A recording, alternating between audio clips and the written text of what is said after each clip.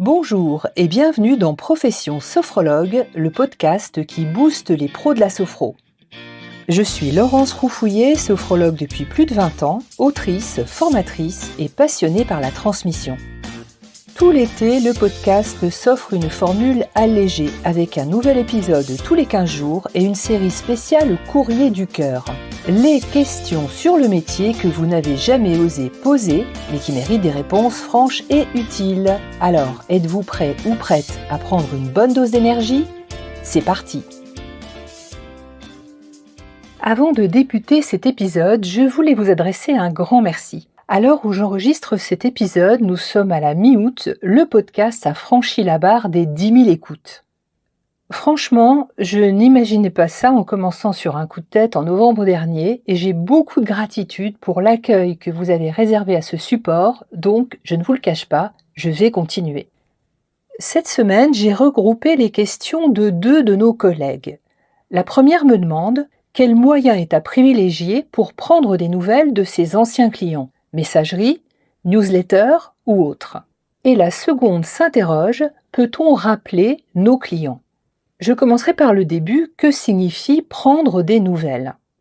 Je ferai une différence entre informer, communiquer et solliciter.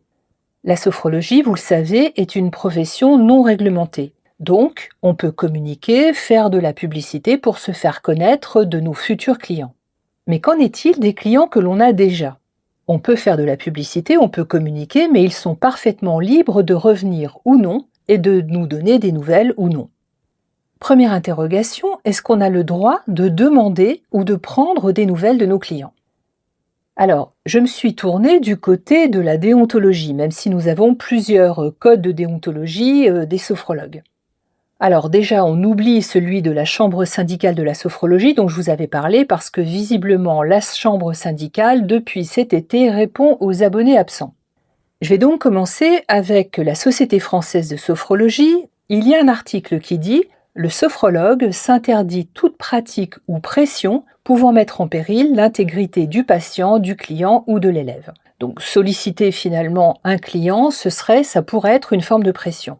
Dans le code de déontologie du syndicat des sophrologues professionnels, il y a deux articles que j'ai retenus.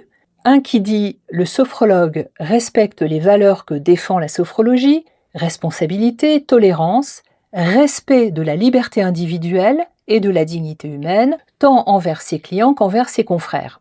Donc solliciter, rappeler un client, ce serait peut-être être en infraction finalement avec ce respect de la liberté individuelle.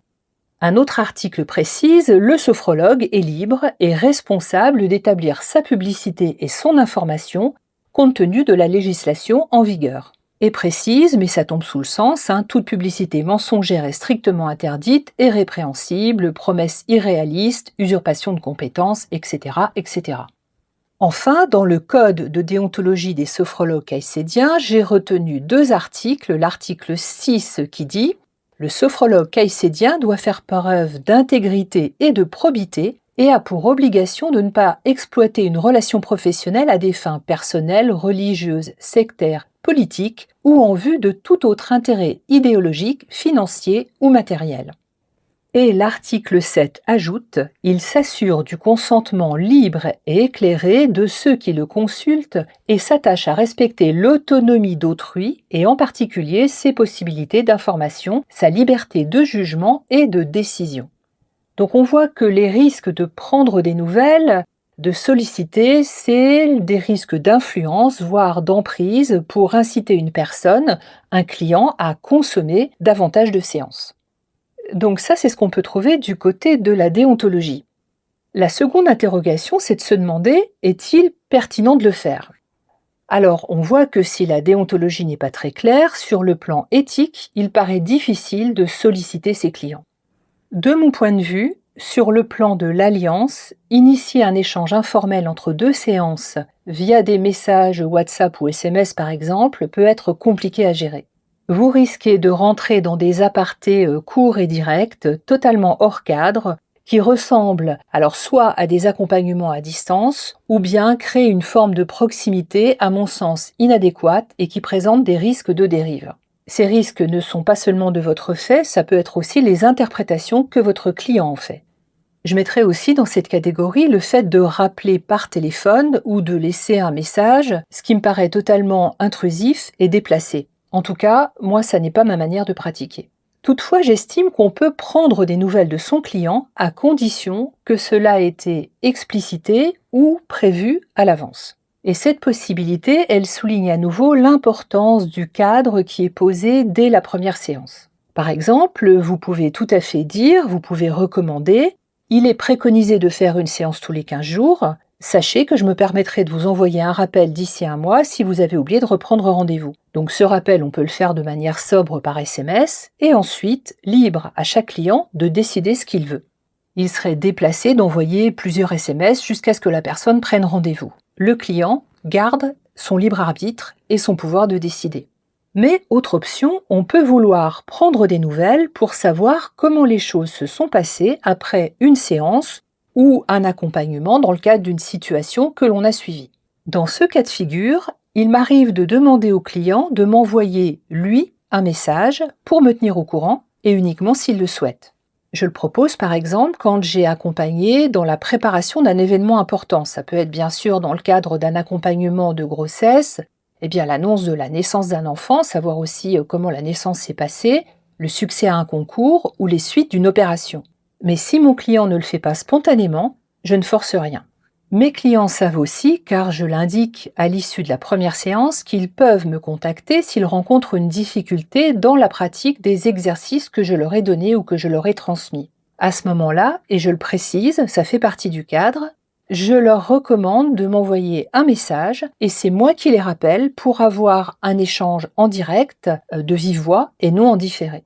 Donc dans les questions de départ, l'une de nos collègues m'interrogeait également sur l'intérêt de faire une newsletter.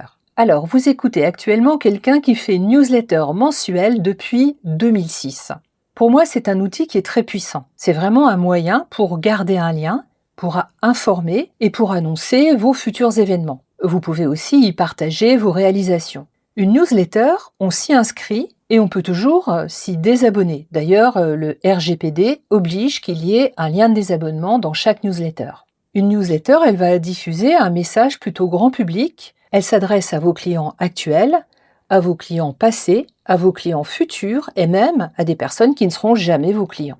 Et pour terminer sur les différentes possibilités, sans que cela constitue un démarchage intrusif, à la rentrée, il me paraît utile de faire un SMS pour prévenir que votre cabinet est à nouveau ouvert. Il s'agit de la transmission d'une information, ça n'est pas une sollicitation. Donc, pour résumer, on peut informer ses clients en évitant de les solliciter et en les laissant parfaitement libres de nous répondre ou non. On a parfaitement le droit de communiquer sur son activité par newsletter, l'abonnement à un blog ou des messages sur les réseaux sociaux. Tous ces moyens sont valables et se combinent entre eux en fonction des publics. D'ailleurs, sur ces aspects, je vous renvoie à l'épisode 23 qui s'appelle « 5 incontournables du web ». J'y parle entre autres des pages Google, des blogs et des réseaux sociaux. Voilà pour ce dernier courrier du cœur de l'été. J'espère que vous avez apprécié ce format. Dès la semaine prochaine, on reprend le rythme habituel, un rythme hebdomadaire, avec la saison 2, dont le premier épisode s'intéressera à ce que j'appelle le setup de la rentrée. Je vous souhaite une très bonne fin d'été et je vous dis à très vite.